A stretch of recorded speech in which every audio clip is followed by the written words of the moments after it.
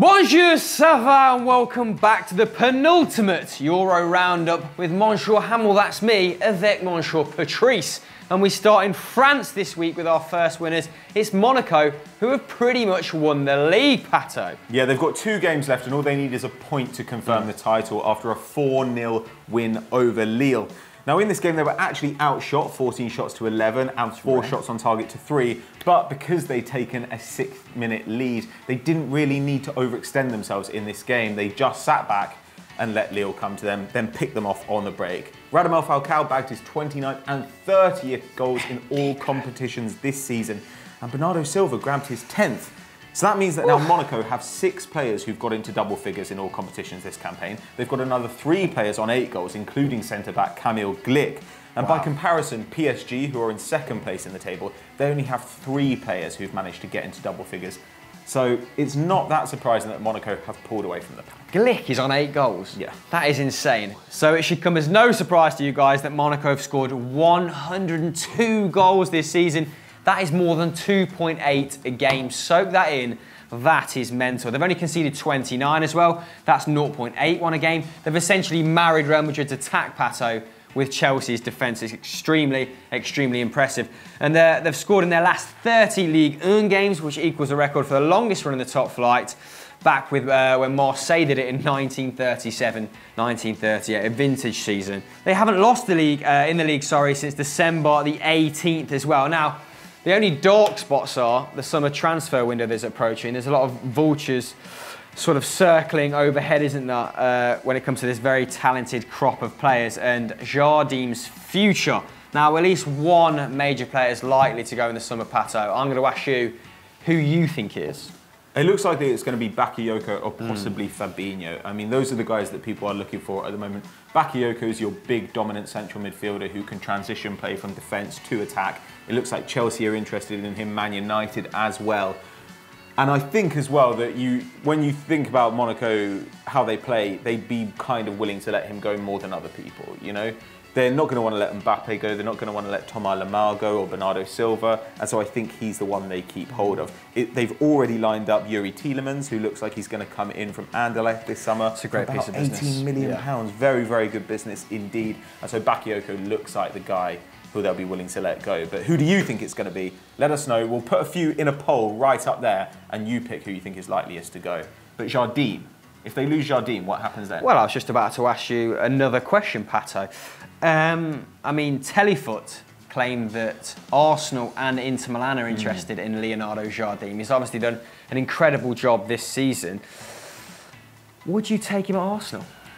Over someone like Tuchel? No.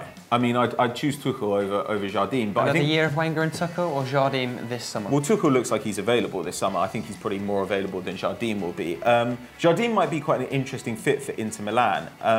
Of course, in his first season at Monaco, he played a very defensive style. It's only recently that they've become this attacking powerhouse. And so you imagine, if you put him in charge of Inter, he'd be able to whip them into defensive shape quite quickly, and then over the next couple of years, add some attacking talent and see where they could end up. But what do you guys think? Who would Leonardo Jardim suit, or will he stay at Monaco? Let us know what you think in the comments below. Our first losers are Juventus. They've not featured in this section very often, but they lost 3-1 last night to Roma away from home in what could have been a game where they secured their 6th successive Scudetto. Now, they actually went a goal in front against Spalletti's men. They started really well, a fantastic ball from Storaro, split the defence, which was Fazio and Manolas, and it was expertly cushioned down by Higuain, who put Lemina in for his first goal of the season. That was Higuain's 3rd assist as well. But after the first 20, after Roma got over that initial shell shock, they really grew into the game, and the equaliser came from a unlikely come likely source in Daniele De Rossi, who got his 4th of the season, only his 2nd from open play, and this is the first time in his career where he scored in 3 consecutive matches. So he's on a hot run of form, is the Italian veteran. Now, statistically, it looked likely that the Romans would always score, even going 1-0 down. They've scored 3 or more in 6 of their last 9 games and have 10 more goals in the league than a rampant Juventus this season. That's how impressive they have been going forward. It was also helped by the fact that Juventus made 5 changes to that side that defeated Monaco. Out went Chiellini, Alves, Dybala, Khedira and Sandro, and in came the likes of Lichtsteiner, Storaro, Lamina, Asamoah, who I thought was the most impressive of those rotated on the night, and Mehdi Benatia in central defence, Pato. And what did that mean for Juve's shape, rhythm and structure? Well, obviously we've seen them adapt to this 4-2-3-1 later in the season. We've also seen them play 3-4-2-1, but here they played 4-3-3, and Asamoah had that left flank kind of to himself. Without Sandro there, they need a dynamic presence on the wing, but where they didn't have a dynamic presence was between midfield and attack. Normally, we see Dybala doing that. He drops incredibly deep and he links them up with his passing and his dribbling. But here, he started on the bench, only came on in the 69th minute for Storaro when they were a goal down. And you know what? They went 3-1 down pretty soon after that and they couldn't recover. Now, they did edge the shot count. They had 16 shots to Roma's 14, but Roma's counted. You know, they had 7 on target to Juve's 5, so they were able to get in closer. That said, the third goal was just a simply phenomenal piece of play. I mean, it's a great pass from Salah, but you don't really expect Nainggolan to be able to put it past Buffon from that angle. It's just a clean strike, doesn't it? He's so close in, but he's from a difficult angle. He takes a great touch and then just powers it past Buffon. He couldn't do anything at all. And at the other end, Roma were really, really good. Fazio, Manolas, excellent. Emerson, excellent as well. Really nullified the threat from Higuain. He did have 3 shots, but he wasn't able to get chances close in, and that's where he thrives. Now, Paredes was phenomenal in midfield as well. There was talk before, back in January, that Roma were going to be willing to let him go, but when they brought in Monchi, you knew that they were going to get better at talent evaluation, and now Paredes is going to be the key man in that midfield going forward. He made 5 tackles on the day, he completed 6 clearances, that's a match high. In fact, Roma completed 10 more as a side, which probably is a result of being ahead for most of the game, but when you need a guy, you're up against the wall. Paredes is a great guy to have in your pocket. Now, Buffon made his 450th Serie A appearance in this game, but it was not to be for him. On the other hand, Francesco Totti had more of an enjoyable night. It's probably his last home game ever before he moves on or becomes a club director or whatever. And he got to celebrate it with a 3-1 win over the league leaders. Now, Juve, their lead is only 4 points now. They're on 85 points. Roma are on 81 and Napoli are on 80. But if they win their next game, they can wrap up the title. They've got Crotone, so you expect them to be able to put it away. But a great day for Roma, a good way for Spalletti to go out at the Stadio Olimpico. And a little bit bittersweet, but a great victory over their rivals. Our next winners come from Twitter user Max Dino, who suggested Feyenoord after their first title win since 1999. Yeah, they needed to win on the last day of the season to pip Ajax to the Eredivisie title, and Dirk Kuyt scored a hat-trick as they won 3-1 over Heracles. Now, they were in first place for the entire season. They're the first team to do that since Ajax in 97-98. They also have topped 80 points for the first time in the 3 points for a win era. Now, Dirk Kuyt, his hat-trick brings him to over 100 Eredivisie goals for Feyenoord, only the 3rd player to manage that for the club. And they actually outscored every other team in the league. They hit 86 in 34 games. That's more than 2.5 a game. And it's not just Kuyt who's been good for them up front, is it?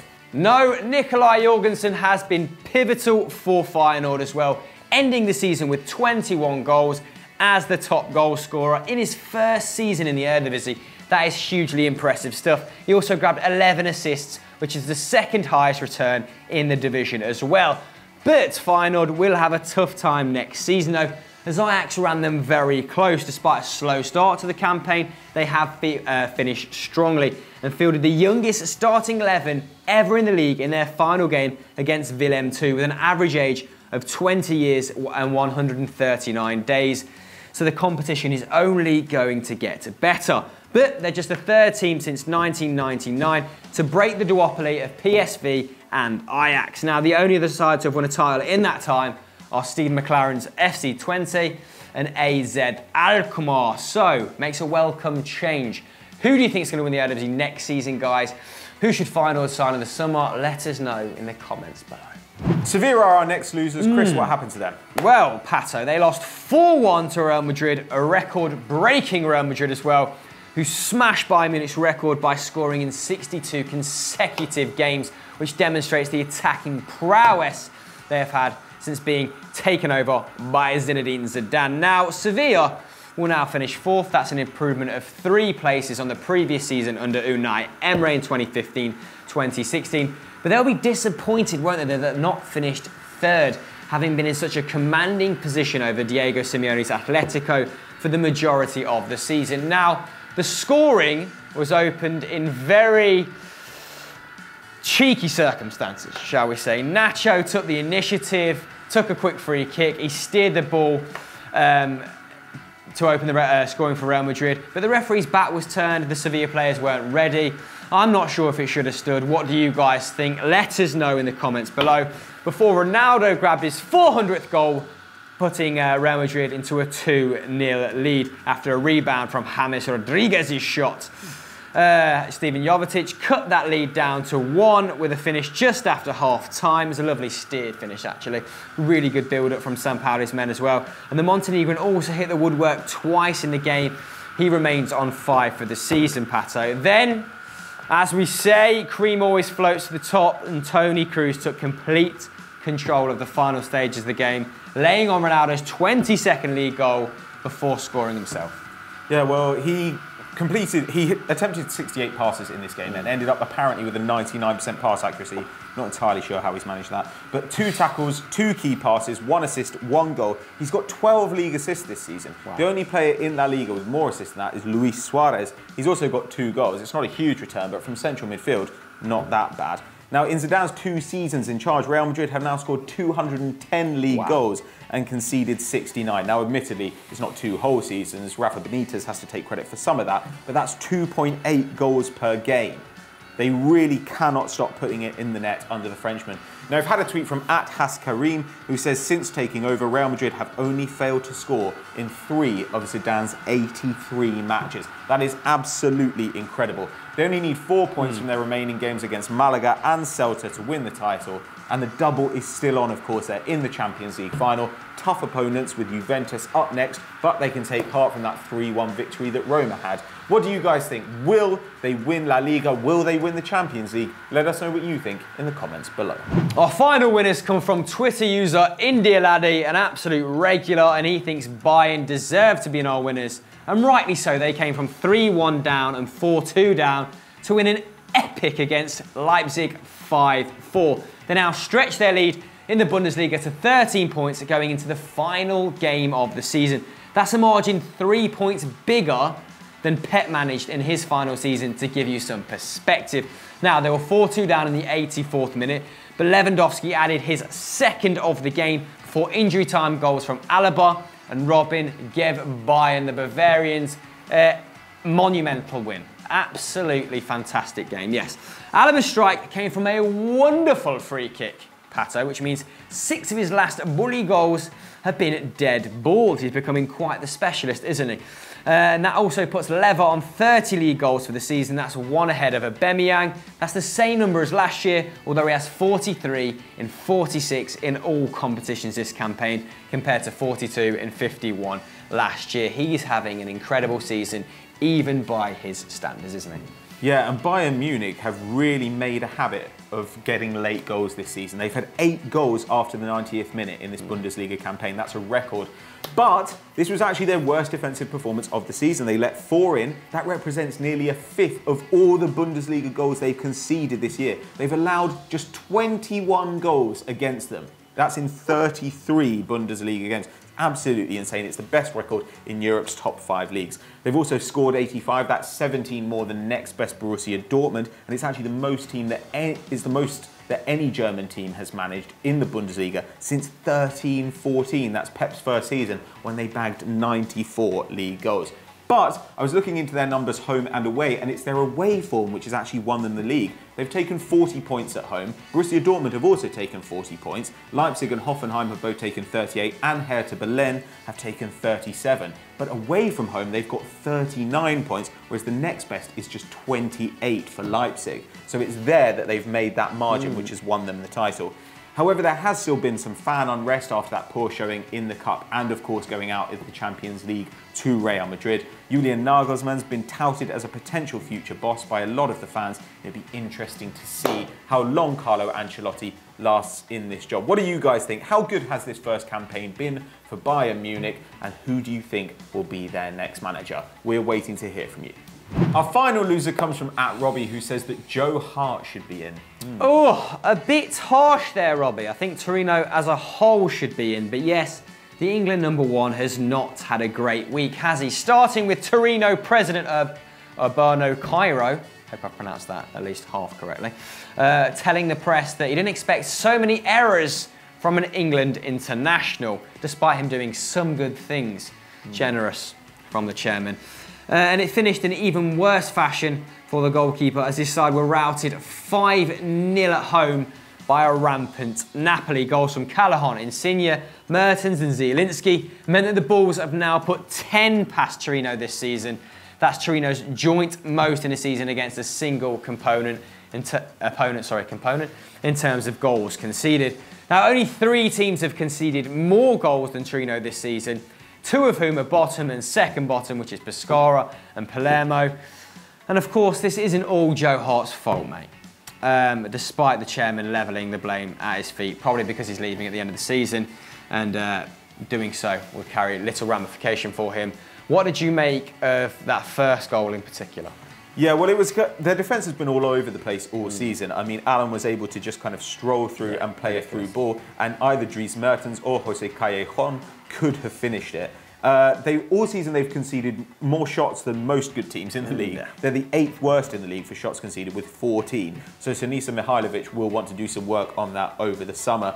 However, in this game, they could have done a little bit better up front. They were only 1-0 down after an hour. They had 10 shots, but they were only able to put 1 of those on target. Belotti had 4, not a single one on frame. Doesn't help, does it? Yeah, Napoli have now scored 46 goals away from home, though, this season. They're really formidable on the road. They've equalled the Serie A record, which was set by Juventus all the way back in 1950. They've scored in 14 away games in a row. That's their longest streak since 1976. So Torino were up against it, but Joe Hart hasn't covered himself in glory, and as a result, he makes our losers. That was this week's Euro Roundup. Who have we missed? Let us know in the comments below, guys. As always, Pato, what should the fine people do next? Stat Wars, you should obviously go and check out this week's Stat Wars. It's a pretty good one. And as ever, make sure that you like and subscribe.